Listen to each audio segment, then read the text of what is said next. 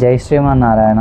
శ్రీమద్ భగవద్గీత 2వ అధ్యాయం 17వ శ్లోకం. అవినాశీతో న సద్విద్దు ఏన సర్వమిదం తతం వినాశమవ్యయస్య న కశ్చిత్ కర్తుమర్హతి. 18వ శ్లోకం. అంతమంతా ఇమే దేహ నిత్యస్తోక్త శరీరిణ నాశినో ప్రమేయస్య తస్మాత్ యుద్ధస్వ భారత. ఈ యొక్క శ్లోకంలో శ్రీకృష్ణ భగవానుడు అర్జునునితో ఆత్మ యొక్క స్వభావాన్ని ఆయనకు తెలియజేస్తున్నాడు అనమాట.